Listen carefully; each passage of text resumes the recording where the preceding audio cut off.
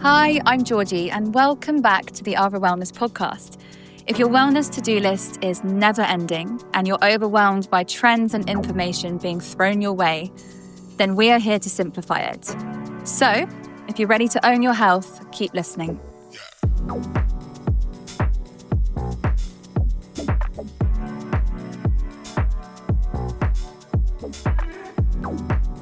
Well, thanks for coming back. Thanks for having me. We have Lawrence Price on the podcast again, which is super exciting. And the reason why I asked him to come back is because I've been stalking you on Instagram. Good. And your content has changed and your messaging has changed. Yeah. Would you agree with that? Yes. You look really worried then. Yeah. And I just love it. I love what you're putting out. I love that your new angle is much more about being a parent, and it's, I would say, a bit softer, the approach that you have to it now. Yeah, I'm just laughing because I'm thinking of all the underwear images, underwear shoots, because I'm also part-time model on the side that I used to post, which I moved away from, because ultimately, I'm a fitness coach. I've been a fitness coach for 20 years, and you're busy with the day-to-day operations of the business. And sometimes, Georgie, you finish the day and I haven't put any content up today, but I've, on the side got this modeling shoot content. I'm just going to throw that up because it keeps engagement going, but it's not always best for, I guess, building your authority as a coach. Yes. And also, there's, as a parent and as a fitness professional, there's kind of so much that goes on. You have the theory, in how you want to live an intentional fitness-led lifestyle. And then you've got the practicalities of being a parent, and it kind of, a lot of the time, even if you can be 100% all in with the intention, but the practical side doesn't always kind of match up.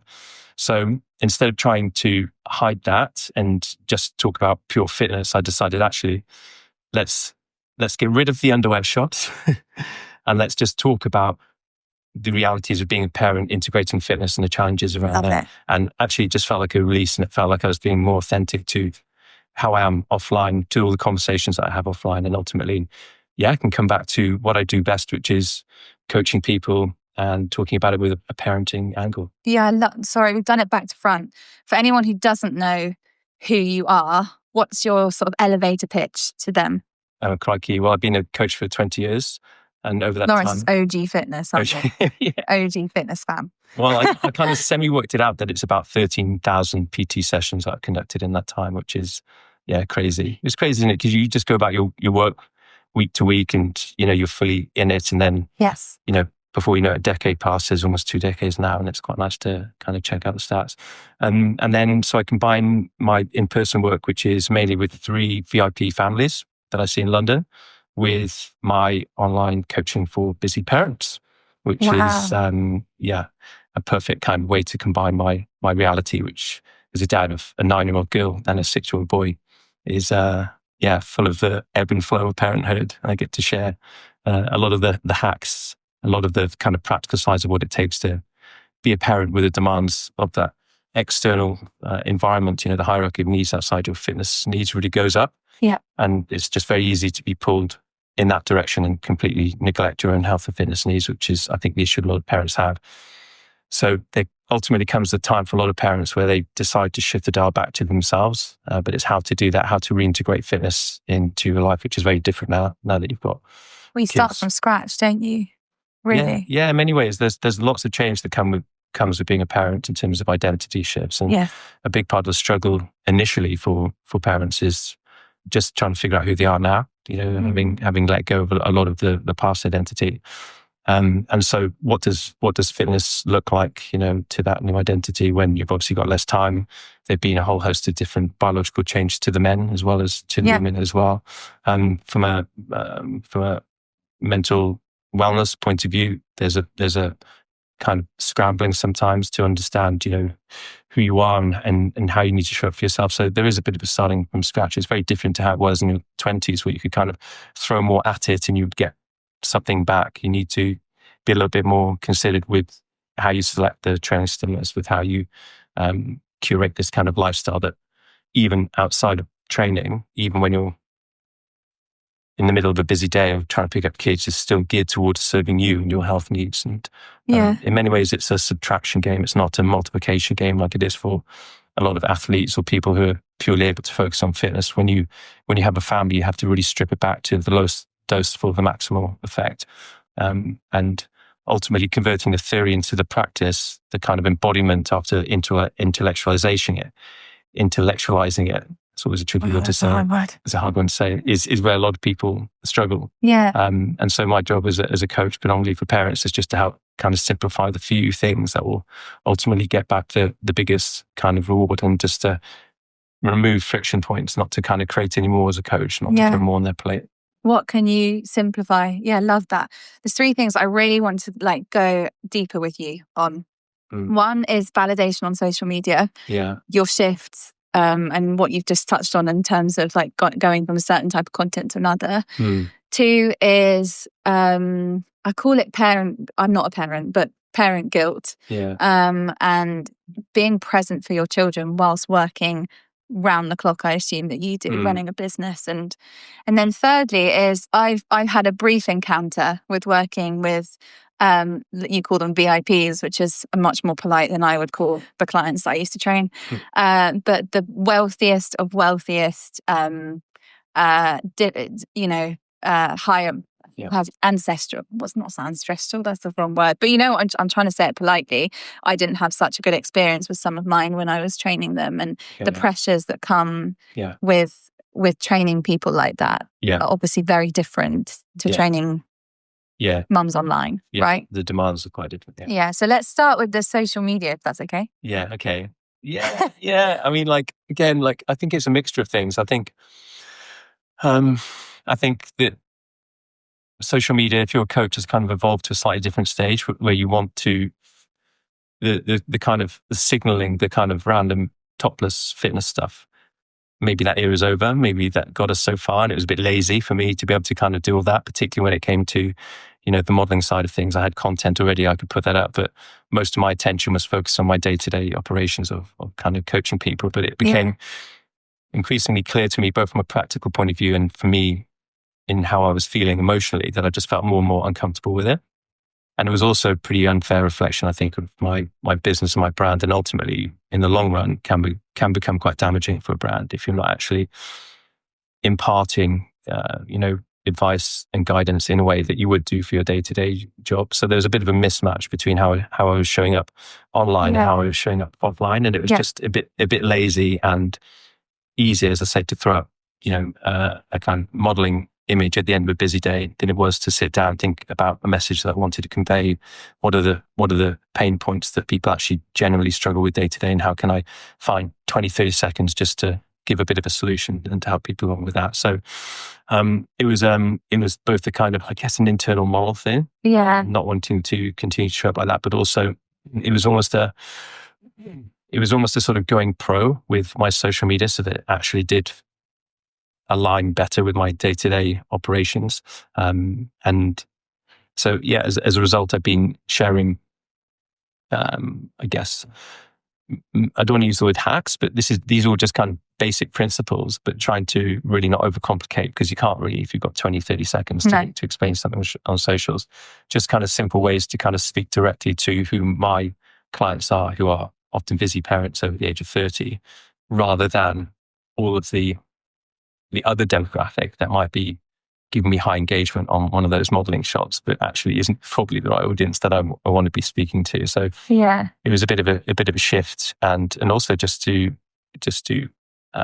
have that kind of ego thing of, it's not about engagement and likes and the rest of it. It's about authenticity and speaking. Education, talking in a way that I would, as I say, offline, and conveying the same kind of messages. And I'm really glad I did. Yeah. I think in general, social media is, let's say the audience of a social media platform, with the rise of TikTok and all the conversations around TikTok. I don't really use it, but in terms of, there's so many professionals in quotation marks spouting off information that could be really harmful or dangerous. I think that people are waking up to that. And by the way, I'm not saying you did this. I'm just saying there's much more of a need for very knowledgeable professional people to share actual advice and education, like you.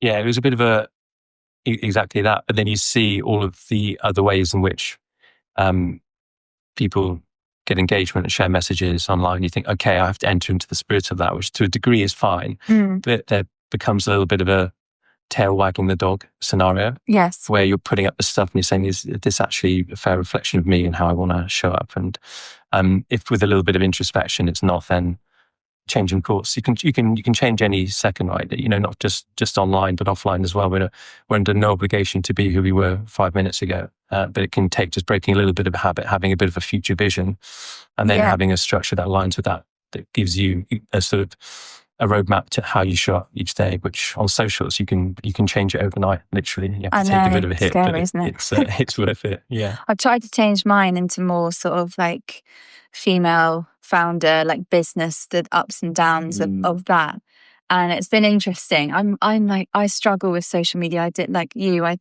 tried my best at it maybe 4 or 5 years ago before starting Avra, and then now I'm like, okay, if I'm going to share like reality and what I really feel and my purpose, then it is business and wellness and stress awareness and stuff like that. But it's difficult. It's really difficult pond of people to be in, isn't it? Because you're constantly looking at someone else or someone else doing the similar thing to you, or others who are getting millions of views, but are, deep down being, you've been, you said 2 decades, right? In a decade? Yeah.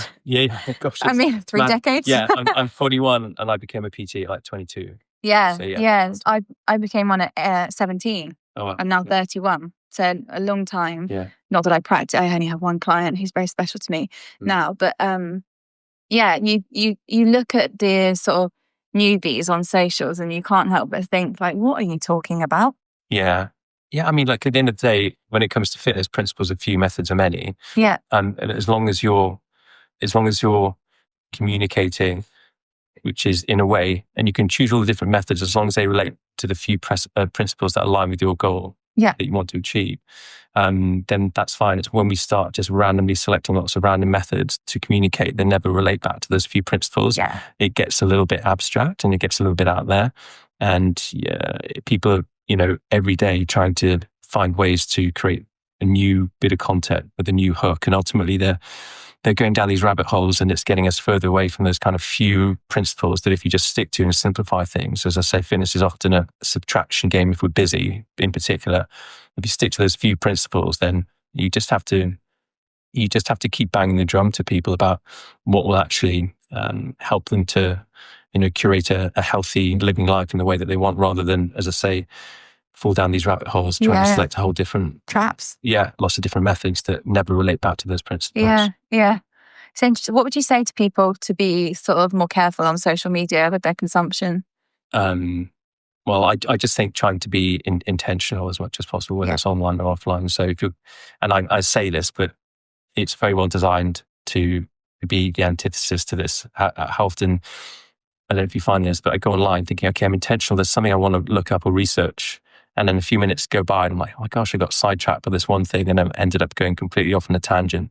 But if you can use it and be intentional about who you want to follow and why, and understand a bit about their backgrounds so that you know who to trust, I think particularly with with AI developing and everything else, it's our responsibility as consumers to know a bit more about who we are following, not just to randomly see a video about someone that we don't know. It could be completely fake, abstract, whatever, and to take it as gospel. We have to do our due diligence as consumers now. So take a little bit of ownership of that, have a bit of autonomy. I love that. Yeah. Take control. Yeah, I think so. Yeah. So you have a podcast called The Secret Life of Dads. Yes, which I have listened to a few of. And although I'm not a dad, I absolutely am fully in the whole episode, which is rare for my attention span. Thank you. And I wanted to touch upon, have you had moments in your fatherhood journey where you have felt like the work-life balance hasn't been quite right? You haven't been present for your kids. You've worked so hard that it's quite a common theme, in particular with dads, right? Yeah, absolutely. Hardworking dads. 100%. Excuse me. I found that actually, I guess my first few years, first couple of Did you? years. Yeah. So I think when you become a dad, I think this is quite a common thing. Dads will respond in different ways, maybe unconsciously, but a lot of the work is taken on by the mum in the early years, simply just the way it is naturally, with breastfeeding, with feeding through the night, and often your baby wants to go to the mother more. So you're kind of there thinking about ways, okay, this can be a subconscious shift about how can I add value? And you've got all of these biological changes going on within you as well, in which you really want to show up as best as you can for the family. And so it's quite common to end up piling yourself into your work because that's how you see yourself adding value. If you don't feel like you're adding as much value at home, or it doesn't feel like it yet, there will come a shift where that does change. So in the first few years, I definitely, was saying yes to every job that came along. I was traveling the country, left, right, and center, just trying to cram as much into my schedule. And then ultimately, your kind of nervous system has enough at that point. So, I kind of went full circle and then thought, well, actually, I want to be a present father. I want to be there to take on board as much as possible at home as well as professionally at work. And then that throws up a new set of questions. So, how do you show up fully at work, but also show up fully at home? And I've just become very good at compartmentalizing things again. Very interesting. Okay. Yeah. So I'll have, it might be kind of micro intention. If I'm walking to a room at home and my kids are there, and I'll be like, my intention is just to be all in where my feet are on my phone. I'm going to leave it next door. I'm not going to check any emails, or mentally, I'm not even going to go there. I'm just going to be all in. I'm going to get down on the floor on my hands and knees. I'm going to play with my kids and be super present. And then I'll literally walk out of the room, maybe into the office, and then I'll be flicking that switch mentally and again, compartmentalizing that I want to be fully intentional with whatever bit of work that I need to get on with. But you've learned that, right, over time? Yeah, through mindfulness, exactly. Really? Okay. Yeah, and just creating, again, like all mindfulness, it's a bit of a skill, just creating separation, I guess, between an external event, whether that's, or your experience, whether that's an external event or an internal thought. In that space, you then have room to make a choice to respond in a way that serves you rather than, react in a way that doesn't. So you're ultimately dropping back into that space and making a choice about how to show up in this particular moment in a way that serves you or those around you. And it takes a bit of practice through formal meditation and everything else, but eventually you can get to a point where you can live intentionally, get some of that autonomy back. You're not reacting constantly to the mayhem of the external environment as a family life can be. And then same from a working point of view, you can compartmentalize things and not get too attached to anything, learn to deal with what's in front of you and then move on to the next thing as well. Yeah. I've learned the hard way. I don't have kids, but the hard way in terms of having boundaries at work, because you can keep going. Never does anyone any good, no matter how resilient or sort of energetic you think you are. Like, it's going to lead and burn out for everybody if you do that. You'll never be on top of it. You never perform at your best. Absolutely. Just take work, not family life. Yeah. But I've learned how to switch it off, which has been a very long, hard journey. How do you do it? Do you know what? Mine is literally just having a bath. Yeah. But it's almost finding a happy place or watching some crap on TV, which I don't. Obviously, I'm trying to not be on screens as much. I'm constantly on my laptop. I'm constantly talking to people on Zoom, pitching here, there, and everywhere. But actually, it's the escapism. We just spoke about it with our last guest. It's escapism that you need to distract your brain almost. I go for a walk with my dog. I'll do perhaps a breathwork session. Yeah. It's something to like jolt you almost. Not jolt's the wrong word, but like throw you into a different dimension of you, isn't it? Totally. It's that external environment. You can change that. And then that's almost like a kind of trigger to get a shift in your internal environment as well. Yeah. And going for a walk with a dog is a huge one for that. Massively. I love it. And there are some days where I don't have time to take her for more than 20 minutes, and it really impacts me, let alone the dog.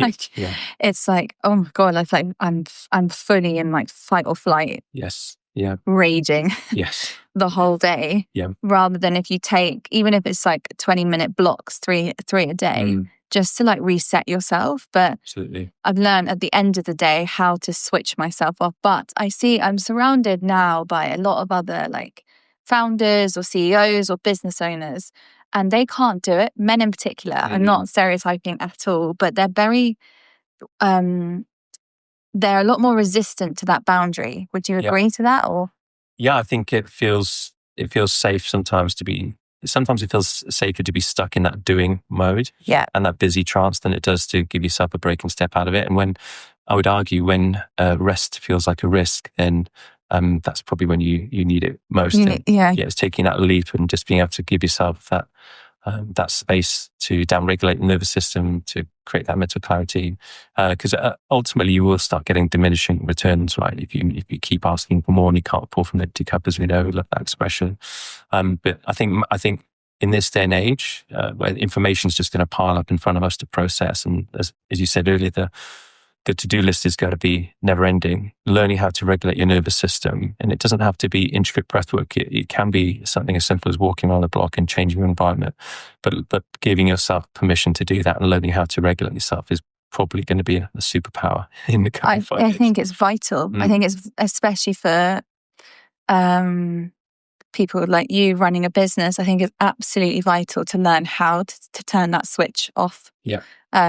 It's the brain that's the last thing, isn't it? So you can turn your body off. Yes. You can turn your laptop off. You can change your environment, but that racing brain is the last thing. We end up carrying, I think, that mental tension around with us, right? And until we open up these thought loops, if we have a task or something to do, we open up these thought loops and we're going to carry that mental tension until we've either completed that task, completed the loop, or we've just decided, actually, no, I'm giving up and walking away. I'm giving up and walking away from that. And so at any one moment, we've got like 10 loops open. So we're always going to have that mental tension. Wow. So giving ourselves, as you say, the opportunity just to switch off, because if we carry that mental tension around for a 24-hour period and it affects our mental health and it starts to fire up our nervous system, but the task still isn't done, what difference does it make if we've closed the loop momentarily or just parked it and then come back to it a day later? It's almost an imagined tension through the mental stress element that we can park it and we can compartmentalize it at any moment. So to say, if we give ourselves the permission to do it and we actually develop that kind of skill set to do so as well. I've started to do this thing called efficient working, right? So instead of this, the job is never done, right? Got to accept that. It's never done. You can always do more when it's your own thing, when you've got people you're running, it's never done. But I've tried to condense my days into 7 or 8 hours. That's it. Nice, yeah. And because I put that strict time restriction, which I'm not really... I don't wear a wearable. I don't follow rules. I don't follow a program for my fitness. I'm just quite intuitive, and that's how I live. But in terms of work, I've just done like, that is it. And because of that, I'm on like a limitless mission. Yes. When I work, but that's how everyone works so differently, right? That's how it works for me. I know that I can, under pressure, be in this like drive mode to then have my rest time, which I need. How do you manage? You don't necessarily get that rest time because you've then got 2 kids that need your energy. But I'll do exactly what you've done. And actually, there is a moment when you become a parent where you're kind of reeling from it all. And previous, maybe there could be a bit of a relaxed schedule. But actually, when you've got pickup at 4, whatever it might be, taking that approach that you've taken, saying, actually, I've got this time frame, I need to be done by 3:30 so that I can go pick up the kids, and then I can always come back and do an hour later after bath time or whatever it might be. You end up actually being far more efficient and intentional with your time. Same with your fitness, same with your daily tasks. And we've all got it. Sometimes it takes something like you've done, setting up a business or becoming a parent, whatever it might be. It takes something like that externally just to bring out that next level of efficiency from us. Yeah, I agree. Quick pause before we dive back in. If you're looking to truly support your mind and body every day, then you need to check out the Arbor app. I created Arbor to give you round-the-clock access to expert-led workouts, holistic wellness tools, and real mindset support, all in one place. Whether you're starting out or if you're deep into your wellness journey, Arbor meets you where you're at. Download the app today, and we're giving you a 2-week free trial to start moving, breathing, and living better. Now back to the episode. my point was when you is being a dad switch off? Is dad mode a switch off for you, or is it still mentally intense? Because this is what I'm picturing, right? I don't have kids, that's why I'm asking you. Like, how do you, Lawrence, switch off? Because when you're in kid mode, and I know your kids are they're not older, but they're old enough to sort of entertain themselves and not need you 24/7. Yeah, but you're still giving your energy. Yeah, it's different. Like when they're younger, you're giving your energy by constantly watching, crawling around, making sure they're not, falling downstairs and all that kind of danger stuff.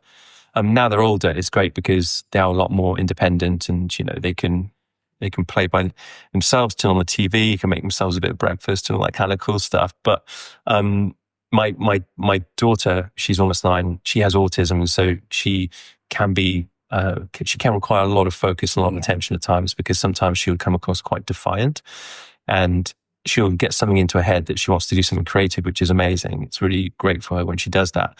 But that creative thing might be turning the kitchen upside down to bake, and flour and stuff is everywhere.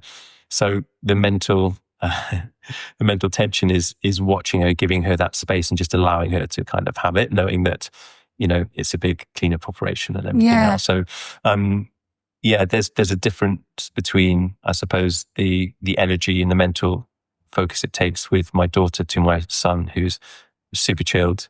He's 6, just kind of, quite happily, plods along with his toys and everything else. So it's very, very kind of different. I mean, kids are also different, and that's something I've learned having 2, is that you get such a different experience with both, and they both have, their beautiful, elements to them, and they both challenge you in slightly different ways, and then they'll all extract something different from you that you didn't know you had inside you. With my daughter, it's patience. Previously, I would really struggle. I had a psychometric test done years ago, and something that came up was that I really struggle when I give, let's say, orders or directions, and the person doesn't follow it or doesn't get it. My patience really struggles with that. But with my daughter, I've had to develop, endless patience and just compassion. Kids in general, really. Yeah, exactly. And so, you definitely learn. And also you learn a lot about yourself in terms of how to hold that space for them in a healthy, nurturing way. Yeah. Not to control them too much, to be kind of eyes on, hands off sometimes, and then sometimes to be hands on to guide them. So you learn a lot about that. But also you see bits in them which you didn't realize are coming from you, or you remind you of you when you were younger, and whatever that might be. So it's magic. Yeah, it is. It is magic, and you learn a lot about yourself as you go. If you're able to be aware, to hold that space, not to be too reactive, to be mindfully responsive, and again to help to regulate yourself, because you will, gone are the days where you can switch off from work and you can regulate your nervous system and find that perfect equilibrium through your day, because stuff just pops up all the time that you don't expect, and you can end up spending 2 hours every evening just clearing stuff up to begin to end up where you started. There's just part of it, and there'll be shocks, there'll be frights. So if you think, you hear a bang, it's like there's someone falling downstairs, or all of a sudden there's a shriek and a child is shouting at you for whatever reason, and it's just a constant learning process of learning how to regulate your nervous system and to not be in that reactive state. So I definitely maybe that's kind of maturity as well that comes with a type of maturity that comes with some parenting, that you just end up changing and growing and evolving in a beautiful way, as we all do. Whatever journey we're on, whether it's setting up a business, as I say, or kids, it's the world is always going to ask us questions, and how we kind of respond to those will define us ultimately. And would you say, being a parent's a different type of your energy and different type of your brain to work? Or is it all sort of, I know you switch between dad mode and work mode, but in terms of the energy that you give to work and the energy that you give to your kids, is it a different type of it?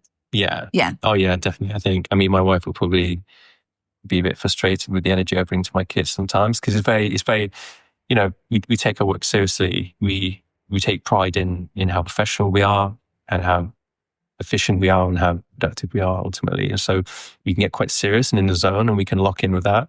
Yeah. Sometimes offset that it's nice to have a bit of You need to playtime be silly and with the kids and be silly and just, as I say, down tools and just get fully stuck in. But if I finish work and it's the evening and my wife's been spending time to try and down-regulate the kids, and then you hype them back. I mean, like, sometimes it's not my fault, Georgie. Sometimes I just walk in the room at bedtime and they jump on me. They just laugh. They just think it's wrestle time. But all that stuff is so good for our kids, the physical side of wrestling, playing with them. It's so important, right? And so lovely that they see their dad like that, because especially if you work from home sometimes, which I'm sure you do, they can see you in serious mode. And it's nice that they see the other side to you, the inner child that comes out with them. Yeah, absolutely.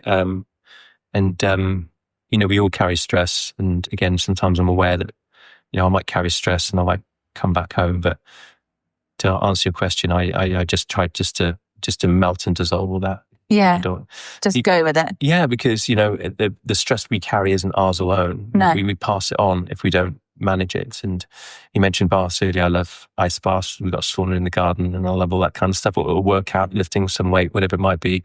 But it's now my responsibility to manage my stress, not just for me, but for those who I would potentially pass it on to if I didn't. So yeah. It's reminded me, because I got a nook sauna in the garden. Yeah. And we put it under a pergola. Anyway, Storm Amy came along. The pergola's 2 roads down, middle of a field. And we've had to wrap the sauna in this I don't know what you call it, but this building site plastic. And I can't now get in the sauna. First world problems, I'm really aware. But the warmth and the shutting myself away from the world was really helping me. Yes. And you can't take your phone in because it overheats. So you have to it's time to decompress. And I don't we advocate at Arvra, it's all about simplicity, and wellness is privileged and it is over expensive, and that's what I believe. But if you're lucky enough to have a sauna sent to you. Exactly. Mine was free for another kind of shoot. So I just there you go. Yeah. Got to use it, right? Yeah. Got to use it. Let's touch on, a slight, topic change from kids, but your clients. You mentioned, I know you've done this for a while. I think we had a minute discussion on it on the last time you were here, but I'm intrigued about your clients. Yeah. Obviously, you probably can't tell their name. I couldn't at the time. But working with, how do you find, you must have to travel a lot to go to them. You must have to sort of be very flexible. Your schedule, sometimes I had to be. How is that? What is that world? Explain it to us. I just think I'm really lucky. I think the people that I work with, excuse me, even though they're of that ultra high net worth category, are just the most compassionate, lovely people who probably if you consider, everything that they have to, because it's not, people often make the mistake thinking that wealth is privilege, but actually it's a huge, huge burden if you're running multiple international companies. It's a lot of hard work. Yeah, and the pressure on you, you've got literally thousands of people depending on you showing up each day in a certain way. And I get to see the vulnerable pressure side of things. So I turn up with a lot of compassion, and I'm there really to help re-energize and to serve and to manage the energy. It's about physical adaptation and keeping physically fit, but it's also about managing energy as well. Yeah, more often than not, when I was training ultra high net worth and sort of high flyers around the world, it's not about their program. It's not really for them sometimes about getting stronger or looking a certain way or losing a certain amount of weight. It's actually they just want a relationship with someone constant in their life, and consistency and empathy. Yeah, exactly. And that escapism that we've spoken about, that you are that for them. 100%. It's a very human relationship. You're moving. And sometimes outdoors, because of the intense environment in which, they might work in from an office point of view. Often they like to go outside and to kind of check in with nature as well. Having that softer, compassionate space where you're really, I'm really holding that space for them. and trying to not always ask the question, but just trying to get a feel for what they need in that moment. As you say, part of it will be the program, the macro kind of view of the program, but sometimes it'll be just that micro view of what do they need today and what's up in their schedule. And just to be very, very human, not to be professional, but not too formal, because everyone in their life will be extremely formal. I think sometimes that can feel quite isolating as well, particularly if you're at the top of a pyramid and everyone's, yes, no, and a lot of yes people potentially, so to be honest. So even if there's particularly training and there's an area that you think they can do a bit better at, often they appreciate the honesty of saying, listen, yeah, exactly. Not just being another yes person in their life. Yeah, no, absolutely. Shows the power of human connection, though, in a I call it the AI storm that we're in. And yes, AI brings, I speak about this all the time, so many positives to our world and our life, but it's I don't think there's ever a replacement for that human connection. I've had a client for now 11 years. She's got MS. She's the only client I have left now because I can't juggle both. Yeah. But it's probably similar to the relationship you have with your clients that are in real life, right? Yeah. There's longevity to it because you've created that connection and that human bond. Yes, absolutely. And I am scared that people are going to forget how to do that in the world that we're in. Yeah, I mean, when it comes to living a healthier, fitter lifestyle, people have had the information really available if they want to. They've been able to Google it for like 20, 30 years. But how do you integrate that into a very human experience is something that we will only have real authentic guidance from another human being. And the second thing is very energetic, I think. And this might be online or it might be in person. Part of the story is having the systems and structures to adhere to for the outcomes you want. But the other part is having that compassionate hand guiding you through the process and understanding on a very real human level if you're having a challenging week and how to adapt things or just being seen by a human. I mean, I know that a lot of AI therapy is taking off, and that's great as well, because in many ways it's cathartic for people to be able to output their feelings and emotions into a bot chat if they find it harder to do it to humans, and that will serve a purpose. But being able to do that with someone who's generally going to understand and relate to you and be able to give you a little bit of feedback and energetically stand side by side or send you a voice note, whatever it might be, to hold you emotionally is a very human thing that I think the brain's always going to recognize that. I don't think you can ever replicate that with a bot. No. I feel so passionately about it. And I think that when the problem is the accessibility to human connection, right? So we work with a lot of underprivileged communities and we work with a lot of NHS staff. And both of those like social communities, they're in different spaces, but they don't have the finances for that human connection, which is a therapist is on average maybe £80-90 an hour in London. That's 5% if that the population can afford that. Yeah. So it's where you get that, and this is why I stress all the time that relationships in your life is a pillar of wellness. It's key. 100%. And I think if you can, if you have a phone and if you have access to do something like WhatsApp, is to have a group of 4 or 5 of your closest friends, and it's incredibly powerful and cathartic again, just to be able to leave a voice note of how you're feeling every now and then, or every now and then for a friend to check in with you and ask everyone to leave a voice note how you're feeling. Yeah. Not always, and very rarely actually trying to fix you or problem solve, but just to hold that space. I've got a group like that and it's incredibly powerful. We're not therapists, but every now and then I'll see 5-minute voice note is in there and I'll just listen to it. And it'll be one of my friends just explaining everything they're going through, the challenges, the highlights. And we'll all acknowledge that, we've seen and we've heard and we see that individual. And maybe there'll be a few reflections that we have that we feedback with. And it can completely change the energy that you're feeling on a particular day. You can go from feeling very vulnerable to feeling invincible, almost just knowing that you've got a bit of a crew, a bit of a tribe around you. And that's very powerful. Everyone should do that. Yeah, you should do it. You should do it. Yeah, it's and again, if you have access to a phone and social media, it can be done for free. Yeah.